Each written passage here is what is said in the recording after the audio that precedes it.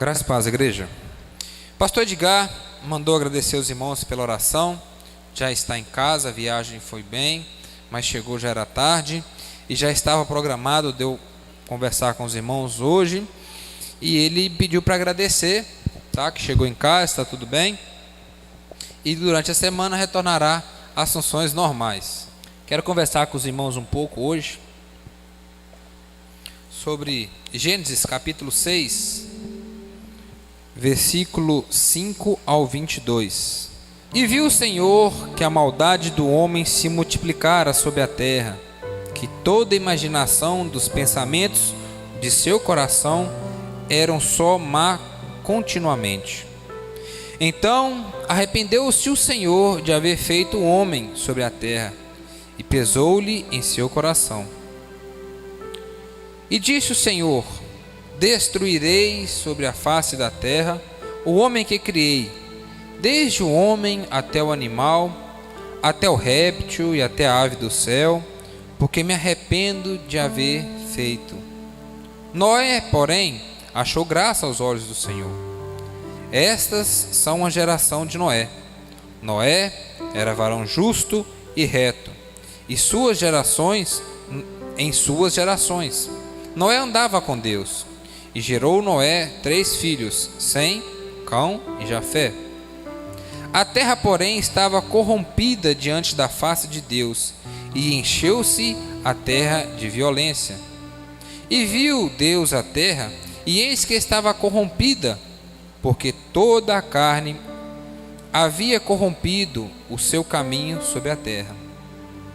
Então disse Deus a Noé: a fim de que toda a carne é vindo perante a minha face, porque a terra está cheia de violência, e eis que os desfarei com a terra. Faze para ti uma arca de madeira de gofer.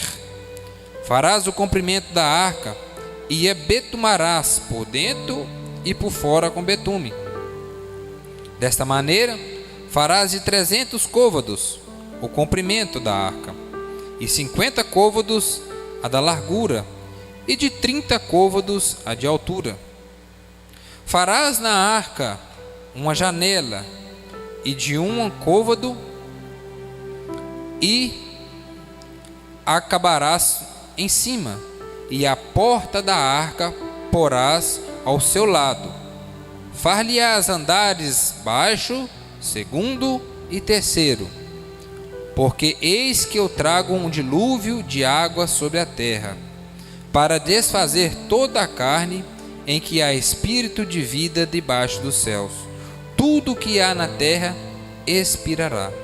Mas contigo estabelecerei um pacto, e encontrarás na arca tu e os teus filhos, e a mulher, e as mulheres dos teus filhos contigo.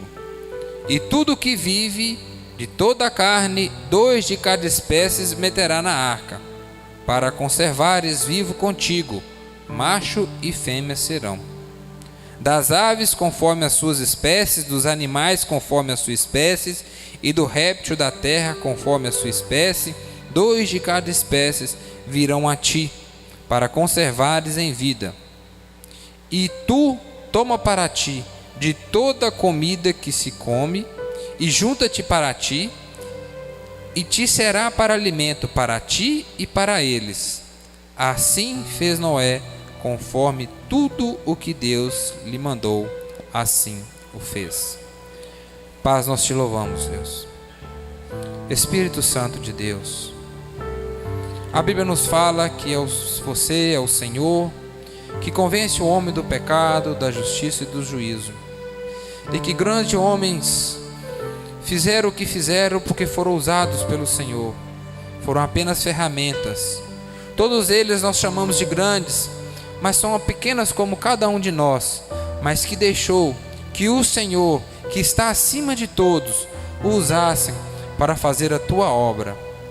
Nessa noite nós te pedimos que a tua palavra possa entrar no nosso coração e fazer abrigo e fazer morada, porque precisamos, Senhor Deus, ter as nossas vidas moldadas pela tua palavra, transformada pelo teu Espírito Santo, porque só assim seremos pessoas melhores, Pai. Só assim podemos ter uma vida transformada através do teu agir em nós. Por isso nós te pedimos nessa noite, fala conosco de acordo com a tua palavra, em nome de Jesus. Amém. Podeis assentar, irmãos e irmãs. Alguém aqui nunca ouviu falar dessa história? Levanta a mão. Acredito que talvez até as criancinhas já ouviram falar dessa história. E é uma história muito bonita. E por muitas vezes nós ter ouvido e cansado de ouvir, às vezes entra na rotina, no cotidiano, e não prestamos atenção na importância que essa história tem para nós. Na importância que tem para mim, que tem para você e tem para a nossa fé. E o que eu quero falar nessa noite hoje é justamente um homem justo, íntegro, no meio de uma nação mau.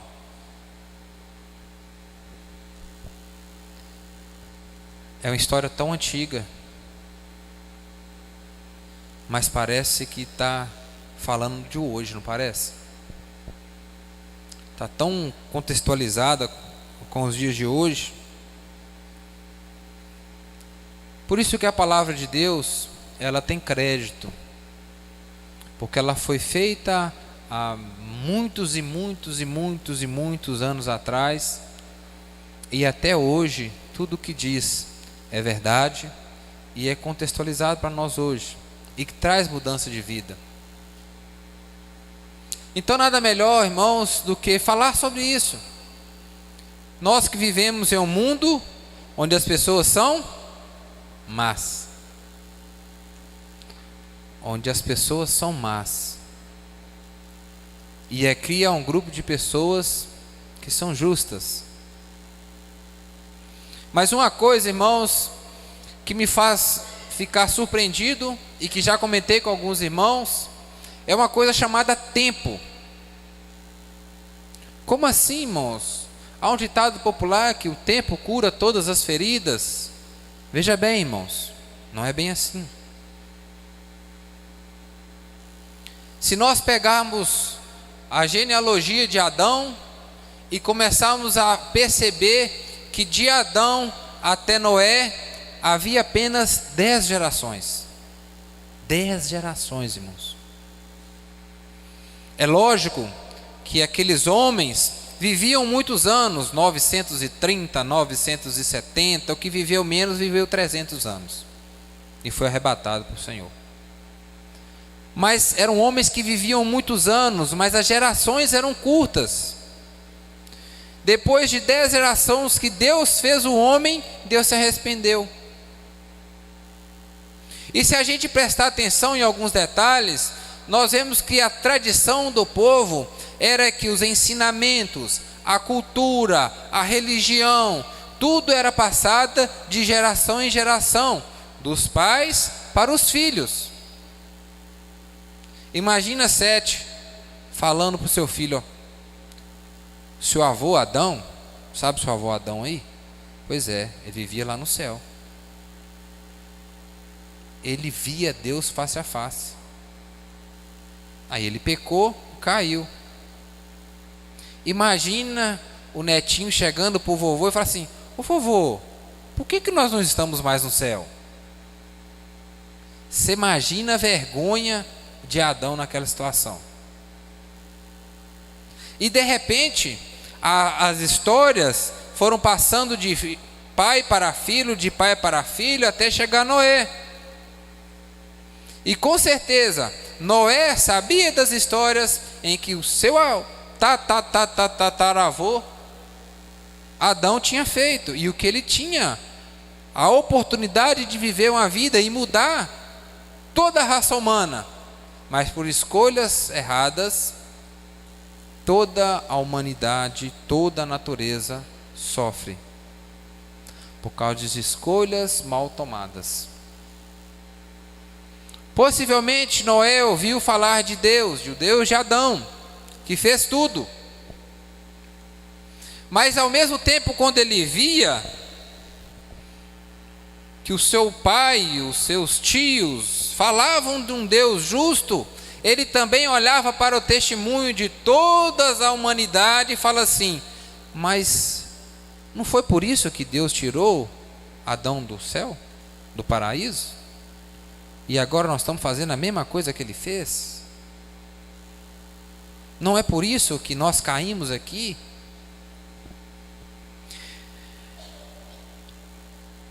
Mas mesmo assim, mediante tudo que o povo fazia, e é interessante nós percebermos, irmãos, que a Bíblia fala que o pai de Noé, após ter Noé, teve filhos e filhas. Mas a Bíblia diz que apenas Noé era justo. Isso representa que o irmão de Noé, as irmãs de Noé, o sobrinho de Noé, as sobrinhas de Noé também não eram justos. E contextualizando para o nosso dia de hoje, quantos dos nossos vizinhos são justos? Vamos aproximar mais. Quantos dos nossos irmãos são justos? Quantos dos nossos pais são justos? Quantas das pessoas que nós amamos são justos? E é muito importante nós entendermos que o ser humano é totalmente influenciado pelo meio em que vive. Muitos filhos aprendem a beber vendo o pai beber, aprendem a fumar vendo o pai fumar. Noé tinha tudo para aprender o que era pecado, vendo o que os seus familiares estavam fazendo. Mas ele decidiu ser um homem justo em uma nação de povo mau. E digo mais, a Bíblia nos fala apenas que Noé era justo. A Bíblia não fala que a esposa de Noé era justo, que os filhos de Noé eram justos, que as noras de Noé eram justos. Mas por que, Lucas? Porque eles eram injustos? Não sei. Pode ser por tradição, que o homem sempre era a referência da casa, então cita-se o homem. Mas o fato é, após o dilúvio, o filho de Noé pecou. E a outra coisa muito importante de nós percebermos, irmãos, é o quanto é importante, homens, vocês serem referência em suas casas. Porque o fato de Adão e sua família escapar foi porque ele era justo. E possivelmente sua família vivia uma vida diferente das outras, porque tinha um exemplo a ser seguido. Que exemplo, homens, vocês estão deixando para a sua família? As suas filhas vão querer casar com outros homens porque esperam que o seu casamento seja tão bom quanto o seu e da sua esposa? Os seus filhos vão querer ter orgulho de falar assim: aquele é meu pai, olha.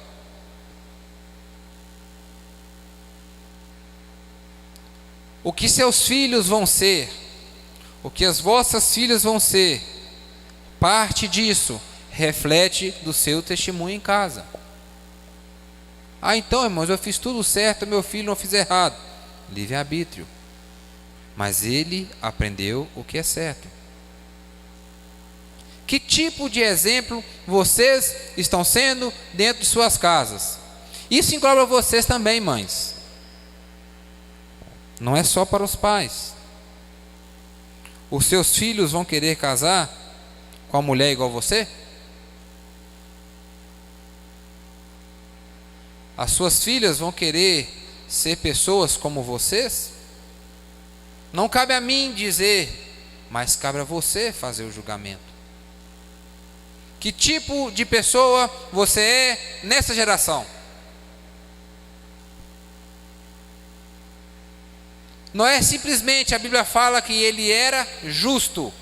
E é muito interessante a gente perceber que eu vi uma explanação de um cientista cristão falando em um cálculo matemático que pela multiplicação de pessoas, haviam mais de 4 milhões de pessoas até a época de Noé. Às vezes nós pensamos que era gato pingado, que era um pouquinho. E ele, numa explanação com um cálculo matemático, olha, havia aproximadamente 4 milhões e meio de pessoas naquela época. Você é um entre meio 4 milhões e meio? Se fosse hoje comparar, ninguém do Vale do Aço iria. Ninguém de Belo Horizonte e as cidades ao redor iriam. Era 1,5 de 4 milhões e meio. Mas então esse homem é um homem especial. Sim, era um homem especial. Você sabe qual era a profissão dele? Ele era um lavrador. Ele era um agricultor. Ele era um fazendeiro.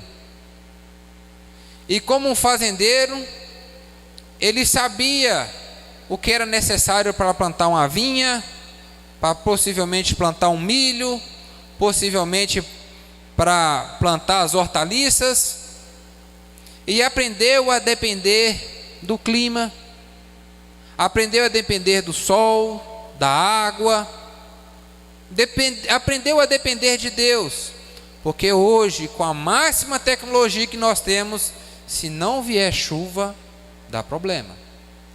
Ah, irmão Lucas, mas existe grandes fazendas no Mato Grosso que tem espessores que regam. Verdade, irmão, mas elas pegam a água de um rio, e que se Deus não mandar água para encher aquele rio, ele vai secar e não vai adiantar. De repente aquele homem, aquele fazendeiro, aquele lavrador, Deus chega para ele e fala assim: Noé, eu vou matar todo mundo. Só você, Noé, vai escapar porque você é justo. Você, sua esposa, seus filhos e suas noras. Eu vou mandar um dilúvio e vai matar todo que tem vida. Eu imagino que Noé deve ter pensado algumas coisas. Entre elas o que é dilúvio?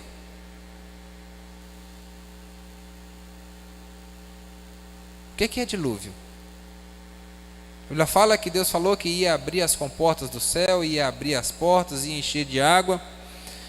Mas, se nós vermos lá em Gênesis 2:6, a Bíblia fala que subia um vapor de água que regava toda a terra.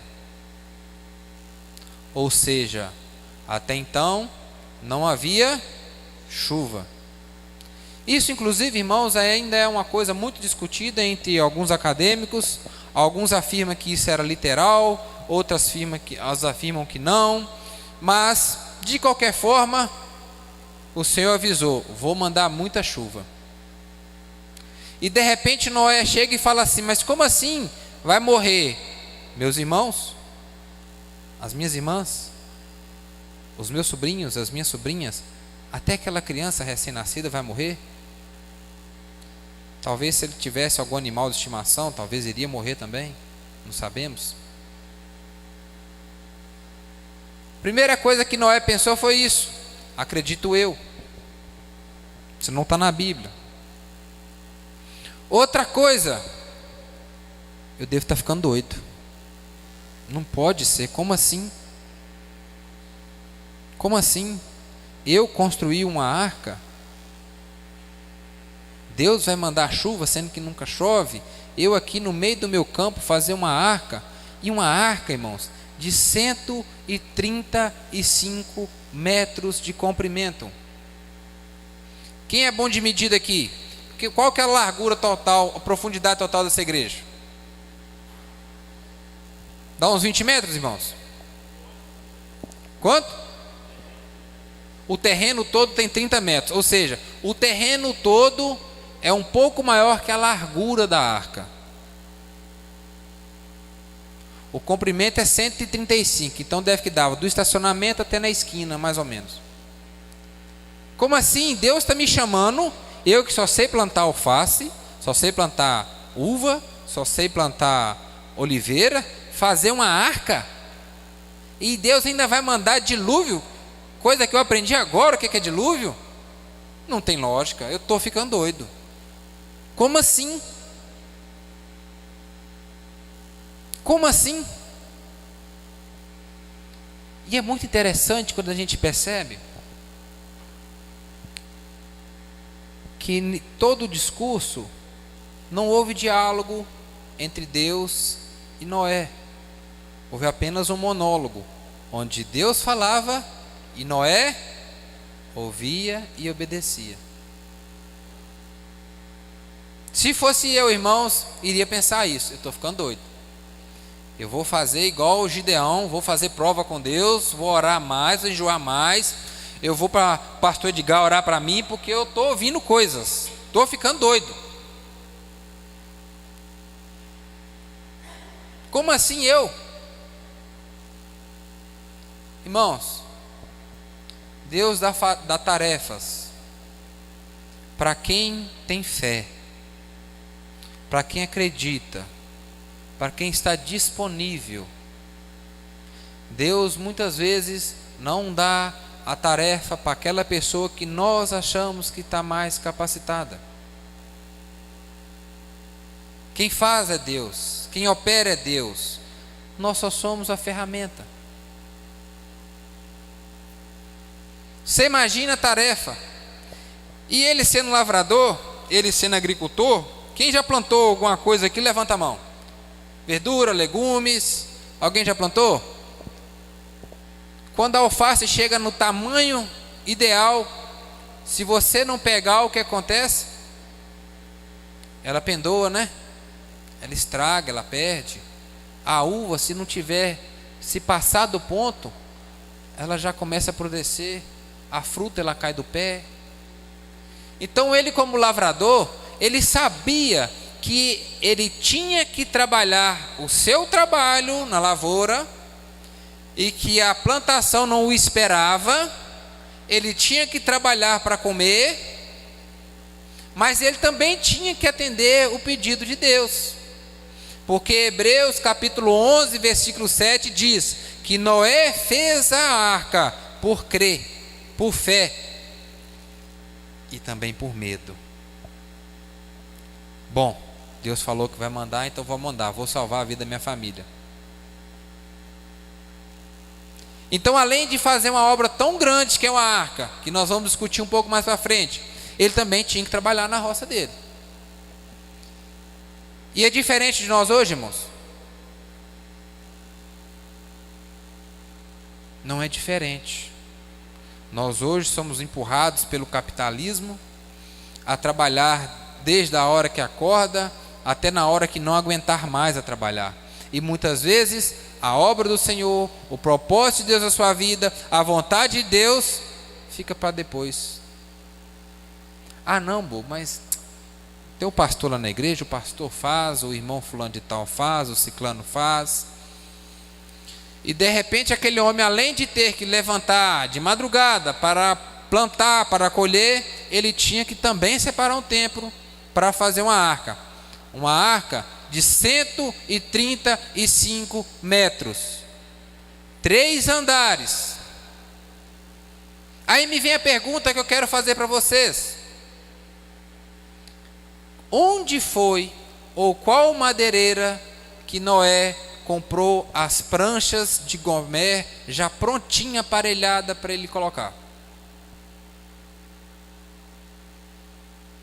Onde foi que ele comprou, irmãos?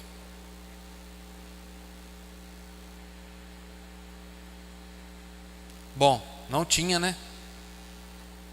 Então, além de capinar roça, além de bater pasto, além de colher fruta, já vai Noé também cortar a árvore.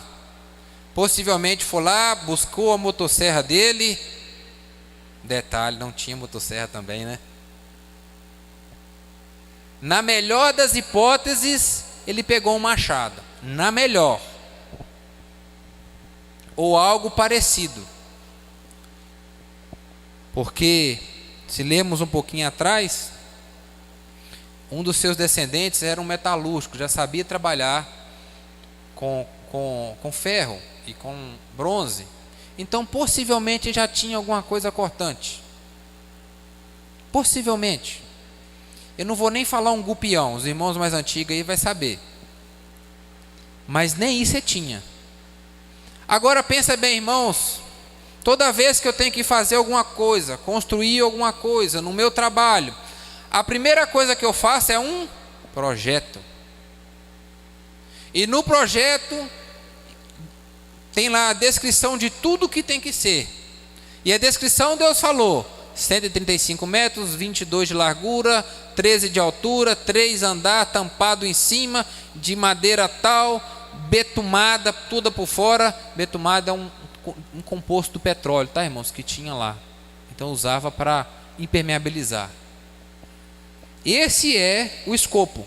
Com detalhe: a porta vai ser trancada por fora. Noé deve ter feito o desenho lá na pedra, né? Beleza. Então, o que nós vamos precisar? Tantos metros cúbicos de madeira. Beleza. Tantos litros de betume, tantos pregos, tantos parafusos.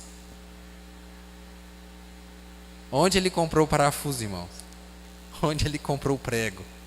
Eu dou R$100 para qualquer um dos irmãos fazerem um parafuso para mim, na mão, sem torno, sem forja. Faça só um parafuso para mim. Está lá o escopo certinho. E quando ele olha, ele fala assim: então tá, então eu vou precisar dessa madeira, vou precisar disso, mas como eu vou fazer isso sozinho? Quem que Noé tinha? Seus filhos. Ele e a família dele teve que se desdobrar para construir uma arca que ele nunca fez.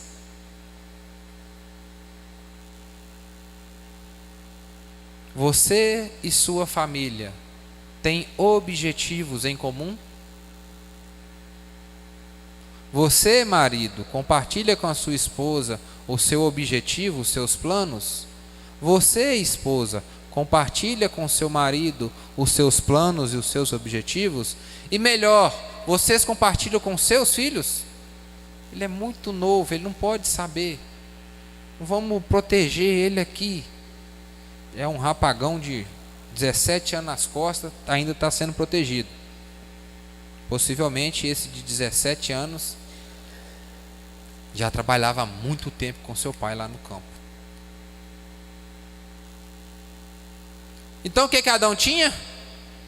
Um escopo, muito serviço e pouca mão de obra.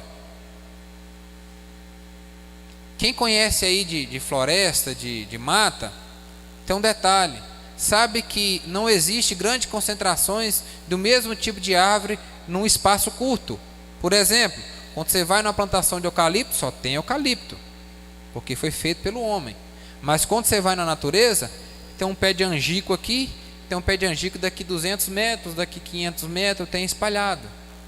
Então, além de ter cortado a árvore, ele teve que rodar muito. E pensa como ele teve que planar toda a madeira de tal forma que na hora de unir não fosse entrar água, e para aguentar peso. No escopo fala que tem que entrar um casal de elefante, um casal de hipopótamo, um casal de rinoceronte, um casal de girafa, um casal de um equino, um casal de um suíno, um casal de um bovino.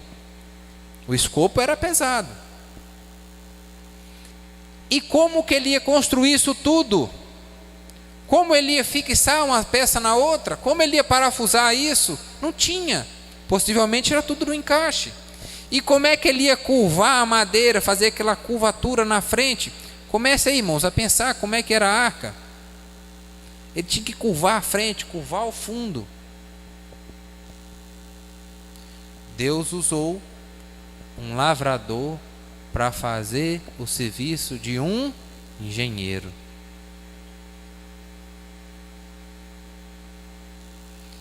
Um engenheiro fez o Titanic com toda a tecnologia. Existia energia elétrica, de energia a vapor, já existia uma metalurgia avançadíssima, já existia máquinas, motores, mão de obra, guindaste. Pensa, irmão, subir a última tábua lá de cima, 13 metros, mais alto que essa igreja. E o pior, você imagina o pessoal passando e olhando assim: o que esse homem está fazendo? No meio do mato aqui, construindo um trem grande desse aí? Você imagina os seus familiares indo visitar Noé, e chega lá: Noé, o que é isso? É uma arca que eu estou fazendo. Deus mandou eu fazer, que vai mandar o dilúvio e vai matar todo mundo. Olha, arrepende dos seus pecados. O que o pessoal dos seus familiares já ter falado? Noé está bebendo muito vinho, viu? Coitado do meu irmão, virou um alcoólatra. Deixa eu fazer uma pergunta para você. Quanto tempo você está disposto a manter a sua fé, manter as suas convicções, mesmo que todos ao redor estejam contra você? Quantas vezes você está disponível a ser chamado de doido, de ultrapassado, de louco, pelas pessoas que você ama, para você manter as suas convicções e manter a sua fé?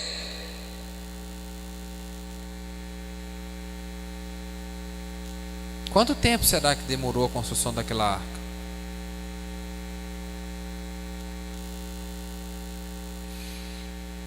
Mas de repente ela ficou pronta.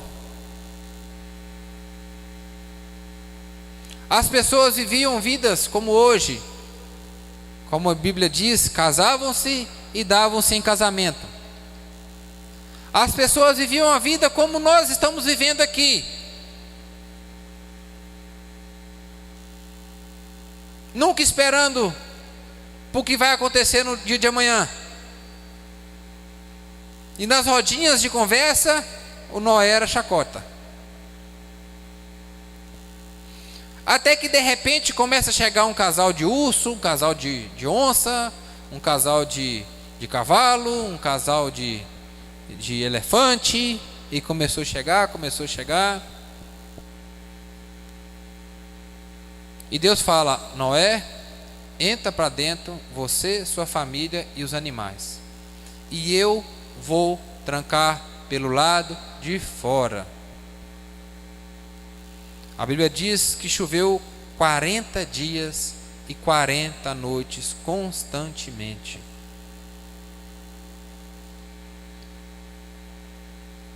Irmãos, a Bíblia diz que o Monte Ararat foi onde a arca encalhou depois de muitos dias de chuva. Você sabe qual que é a altura do Monte Ararat? 5.165 metros de altura. Você sabe qual que é a altura de Ipatinga em relação ao nível do mar? 265 metros. O ponto mais alto de Ipatinga é na Serra do Cocais, em torno de 1.000 e poucos metros. Ou seja, se o dilúvio viesse aqui, Ipatinga,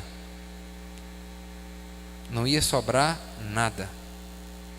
Não adianta você ir lá para o alto da Serra dos Cocais, não adianta você ir lá para o Pico da Namora, não adiantava você fugir, porque o ponto em que ele encalhou era mais de 5.165 metros de altura.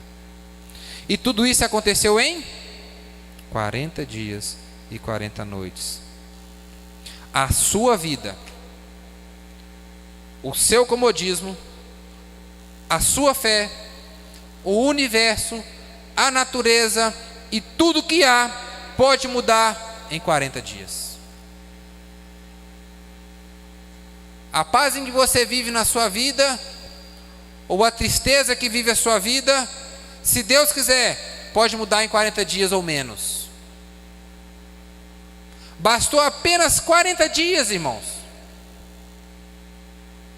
Eu demorei 120 dias para construir a minha casa.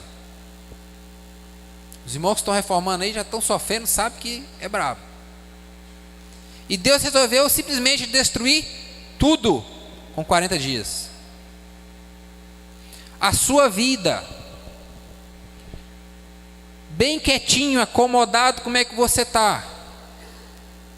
Pode mudar em 40 dias. Digo mais, pode mudar em 40 segundos. A sua luta, o seu sofrimento, pode mudar em 40 dias. Pode mudar em 40 segundos. Basta, irmãos, vermos o que aconteceu aqui na nossa cidade de Brumadinho. Pessoas estavam trabalhando normalmente. Pessoas estavam passeando novamente. A vida tocando de forma normal. E uma catástrofe aconteceu. Mudou a história daquelas pessoas, daquela cidade, da natureza, do Brasil e do mundo. Em coisas de segundos. Pensa você, como a sua vida pode mudar e o que precisa ser mudado. Porque Deus tem o poder de fazer tudo novo de novo. Independente se você é participante de uma geração mal.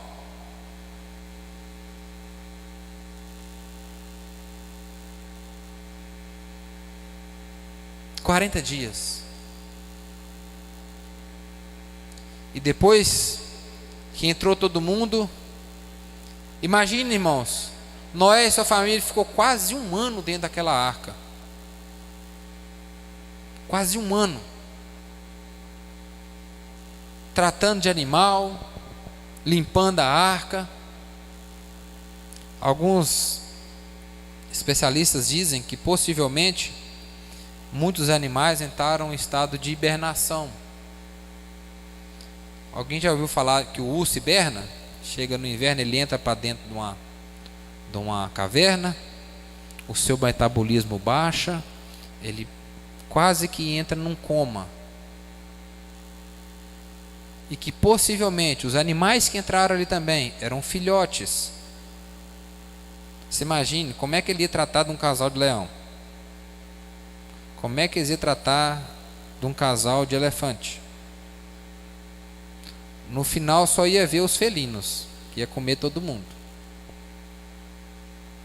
Mas Deus, em sua infinita inteligência, preparou tudo de forma tal que correu tudo bem. Mas não quer dizer que não teve trabalho. Aquilo que Deus colocou você para fazer, irmão, irmã, não quer dizer que não vai ter luta. Não quer dizer que vai ter muito suor. Muitas vezes você vai, na hora de cortar alguma coisa, vai cortar o dedo. Na hora de aparelhar a madeira, vai sair alguma coisa, você vai tomar uma cacetada. Na hora de pregar alguma coisa, vai tomar uma martelada no dedo. E você vai chegar em casa, sua mulher ainda vai estar brava com você. É nosso aniversário de casamento, você só fica lá mexer com arca. Seus filhos vão estar assim: ô pai, pelo amor de Deus, não estou querendo mais mexer com esse trem não. Não estou ganhando nem um centavo. Pai, eu não aguento mais limpar bosta de elefante, pai. E pai, meu primo morreu. Você imagina a cabeça das noras de Noé. Eu estou aqui viva, mas a minha mãe, o meu pai, meus irmãos estão mortos. Não existe vitória sem luta. Não existe vitória sem dor. Não existe. Deus não nos chamou para uma vida plena de alegrias, de prosperidade, de saúde, de vida boa. Se alguém pregou um evangelho desse para vocês, me desculpe, a Bíblia dele é diferente da minha. Deus pegou uma vida de renúncia, uma vida de transformação, uma vida de fé, uma vida em que você vai dedicar aqui para alcançar algo melhor que está no céu. Estamos só peregrinos aqui. E que para chegar lá, diferentemente de Noé, que teve que fazer um sacrifício muito grande, hoje nós temos que crer que o nosso Senhor Jesus Cristo é a nossa arca. É nele que devemos entrar para alcançar o céu. Mas isso não nos traz a ideia de que vai ser tudo bem. Conversamos hoje na escola dominical e falamos do que os irmãos passaram, das lutas. Paulo mesmo, é o que nós estávamos conversando muito esse mês. Foi apedrejado, foi açoitado, foi preso, foi mal falado, passou por açoite, foi picado por cobra, passou briga, passou luta, foi amaldiçoado, foi jurado de morte e no final da vida foi decapitado, perdeu a cabeça. Mas em um dos seus discursos ele falou: olha, combati o bom combate, completei a carreira e guardei a fé. Estou indo buscar meu galardão, a quem o justo me prometeu. E você sabe por que você pode confiar nisso? Porque aquele que prometeu, ele é fiel para cumprir. Por causa das características daquele que prometeu. Se fosse um simples irmão Lucas que tivesse prometido isso, você fala assim: isso é história para boi dormir, está me enganando. Mas não, aquele que prometeu entregou sua própria vida por nós, por mim, por você. E aquela família teve que passar praticamente 1 ano dentro daquela arca. Arca sem leme, arca simplesmente sem direção. E para quem é ansioso, viajar sem planejar o percurso é uma tristeza, não é? Viajar sem saber o horário que você vai sair, aonde você vai parar, o hotel que você vai ficar, ou a casa que você vai ficar, as cidades que você vai ter que passar. Mas aquele homem entrou numa arca e confiou em Deus constantemente. Até que um dia a arca encalhou e a vida voltou ao normal. Se é que podemos dizer que há normalidades. Mas eu quero que vocês reflitam em algumas coisas muito importantes nessa história. A decisão daquele homem de seguir a Deus mudou a história do universo. Sabe por que você está aqui hoje? É porque aquele homem disse sim àquela tarefa tão difícil. Porque aquele homem disse sim por todo o sacrifício que ele deveria fazer. Aquele homem disse sim a Deus sem questionar. Aquele homem manteve a sua fé mediante as tantas palavras contrárias que ele ouviu. E isso foi preponderante para que hoje eu possa ter vida e você possa ter vida. Porque se ele falasse não, ele, a família, tudo iria morrer. Inclusive nós não estaremos aqui. Para que você esteja aqui hoje, foi necessário que um homem sacrificasse a si mesmo, sacrificasse mais a sua vida particular, sacrificasse a sua própria família, sacrificasse o seu bem-estar, sacrificasse a sua idoneidade perante a sociedade, para que hoje nós possamos estar aqui. E isso me faz a trazer uma reflexão para os irmãos: quais decisões vocês têm tomadas, e vocês sabem qual que é o reflexo dela ao longo das gerações? Nós somos muito imediatistas.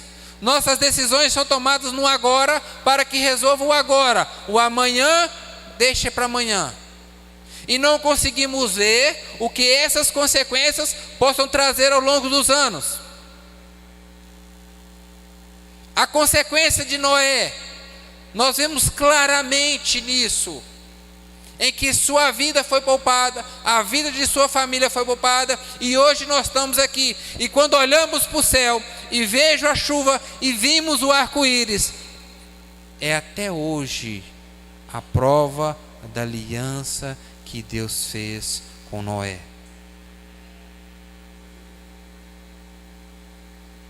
Que aliança você tem feito com o Senhor? Qual é a arca que Ele pediu para você fabricar? Qual que é a arca que Ele pediu para você fabricar e o que você tem feito? E o que você tem feito? É triste quando a gente acompanha e vê situações em que as gerações passam por maldições porque um resolveu tomar a decisão errada. Famílias todas destruídas, famílias todas na unha de Satanás, porque um tomou a decisão errada. Homens e mulheres empurram todas as suas gerações para o mal.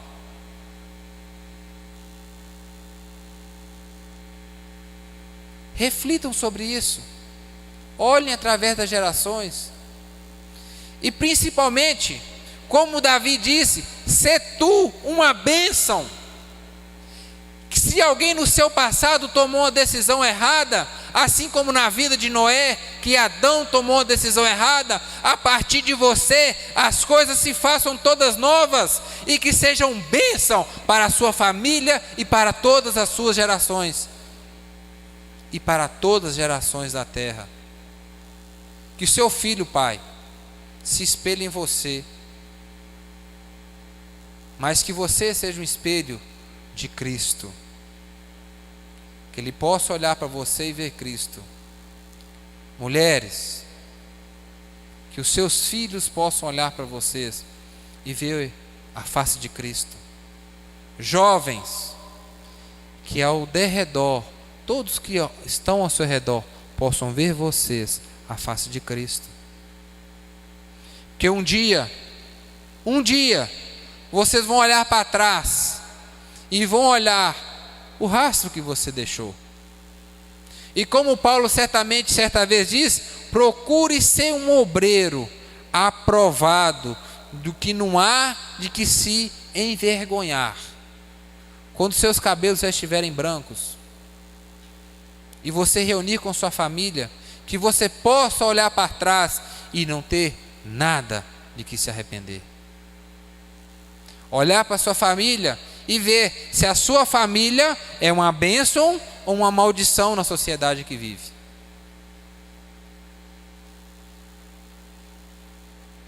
E que reflexos e que rastros você deixou.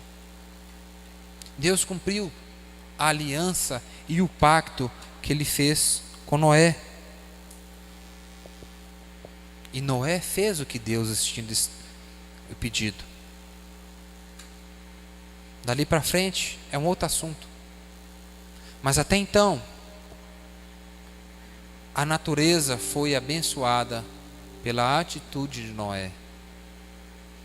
Todo um planeta, todos nós fomos abençoados, porque ele se manteve íntegro em meio a uma geração mau.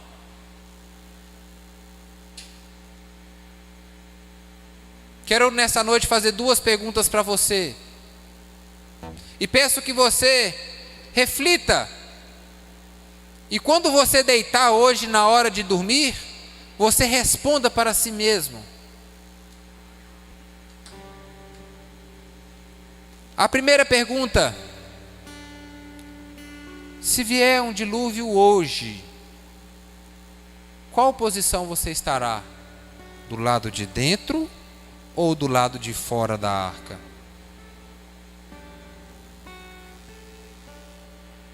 Porque já sabemos que assim como aquele povo era uma geração mau e perversa, Hoje vivemos em uma geração de povo mau e perverso. Agora, e você? E eu? Onde eu estou? Sabemos que não haverá outro dilúvio, mas haverá um dia em que o Senhor Jesus irá buscar a sua igreja. Quando Ele vier, qual equipe você vai estar parte? Você vai estar entre os que vão ou com os que ficam? Essa pergunta só você pode responder. Só você pode responder. Eu não posso. Para mim, eu posso responder, mas para você eu não posso. A sua vida com Deus, a sua individualidade com Deus é algo que só você e Deus sabem. E essas histórias que eu leio na Bíblia me faz refletir sobre essas coisas. O mundo mudou em 40 dias. A sua vida pode mudar em 40 segundos. Você está pronto?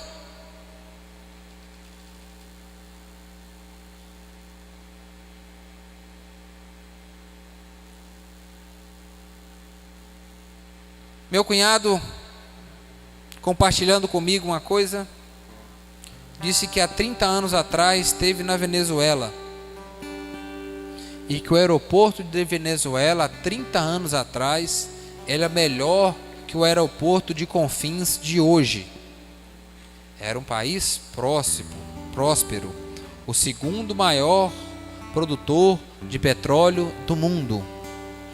E hoje as pessoas passam fome. Demorou 30 anos.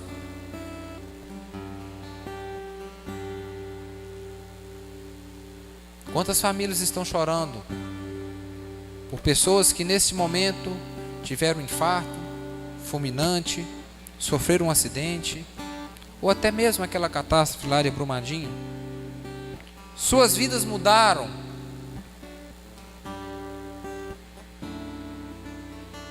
Certa vez viajando, o Senhor me fez pensar o que aconteceria comigo se eu perdesse a minha esposa.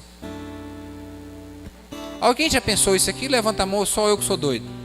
Só eu que sou doido mesmo. Vocês não sabem que sensação ruim foi. Nunca tive uma viagem tão atribulada. E o interessante é que a minha esposa aqui teve a mesma situação.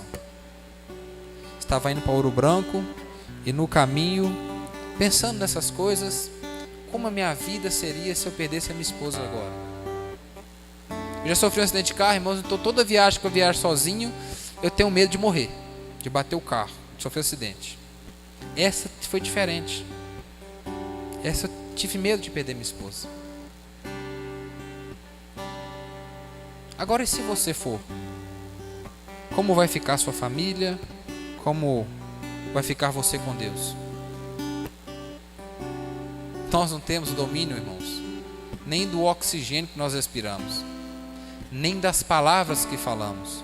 Tudo está sob domínio do Senhor. E nós temos uma falsa esperança que pelo dinheiro que nós temos na conta do banco, pelo emprego que nós temos, pela saúde que nós temos, pelos nossos redes de amigos, pela nossa igreja, por isso, por aquilo, está tudo bem. Mas em 40 dias tudo pode mudar. Tudo pode mudar. A outra pergunta que eu já fiz para os irmãos, e eu quero repetir nessa noite: qual é a arca que Deus mandou você fazer? Qual que é a obra que Deus tem colocado na sua mão e você encostou porque não está dando para conciliar o meu trabalho com a construção da arca? Não está dando porque os meus filhos não estão me ajudando a tirar a madeira. E por sinal, a madeira está difícil de encontrar. Se fosse hoje, Noé estava preso, porque o Ibama mandava prender ele. Mas a minha esposa não me ajuda. Meus filhos não me ajudam. A minha mão já está cheia de calo. Nem a motosserra está cortando mais. Eu chamo o irmão Lucas para me ajudar. O irmão Lucas arruma tanta desculpa e não vem me ajudar. Eu cansei. E Deus só falou aquele dia comigo e não falou mais. Eu estou achando que esse trem é coisa da minha cabeça. Isso não é de Deus, não. Olha, deixa eu falar um negócio para você. Deus não é homem para mentir e para voltar atrás no que Ele falou. Você sim. Tenha as convicções que Deus colocou algo na sua vida e que isso vai refletir em bênçãos para a sua família e que para toda uma geração. Que um dia você vai olhar para trás e vai perceber que aquilo que Deus colocou em suas mãos é para abençoar a sua família, abençoar a sua igreja e abençoar os seus. Não deixe sua arca pela metade. Não deixe que A ou B te desanime. Tome a tua cruz, que por sinal também é feito de madeira, que por sinal também é um motivo de dor, de sofrimento, mas um dia, por aquela cruz, eu posso dizer que eu sou salvo. Nós podemos dizer que nós somos salvos através de um madeiro. Curve suas cabeças, vamos orar. Pai, nós te pedimos, Senhor. Senhor Deus, como Noé, Pai, vivia uma geração perversa, Senhor. Nós vivemos, Senhor Deus, numa mesma situação, Pai. Ó Deus, nós não estamos tendo força suficiente para carregar as nossas madeiras para montar a nossa arca. Estamos olhando A, olhando para B, para dificuldade, Senhor. E pior, Pai, temos às vezes a sensação que não entraremos nela. Pai, tem misericórdia, Senhor. Sabemos que maior sacrifício foi feito pelo Senhor naquela cruz. E porque aquele sacrifício hoje possamos dizer que temos vida.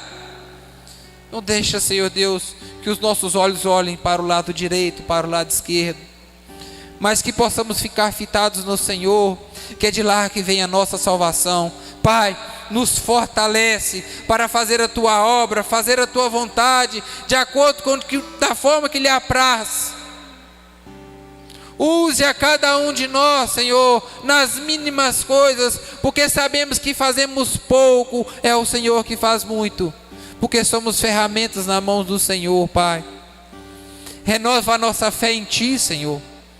Nos dê, Senhor Deus, aquele fervor como antes, aquela vontade de Te servir como o primeiro amor. Nos dê, Senhor Deus, a convicção da salvação e que o Senhor é real, Pai. Nós sabemos que o Senhor tem poder para fazer infinitamente mais, Pai. Assim como foi no dia de Noé, nós Te clamamos, Senhor, que abre as comportas do céu para que possa avivar a Tua igreja, possa transformar-nos, Senhor Deus, em pessoas melhores, para servir o Senhor de forma melhor, Pai. Nós Te pedimos, Senhor Deus, porque só confiamos em Ti e sabemos que só o Senhor pode mudar o meu caráter, pode mudar a minha vida, para que o Teu nome seja glorificado em todos os meus atos. Pai, eu Te louvo e Te agradeço mais uma vez, em nome de Jesus.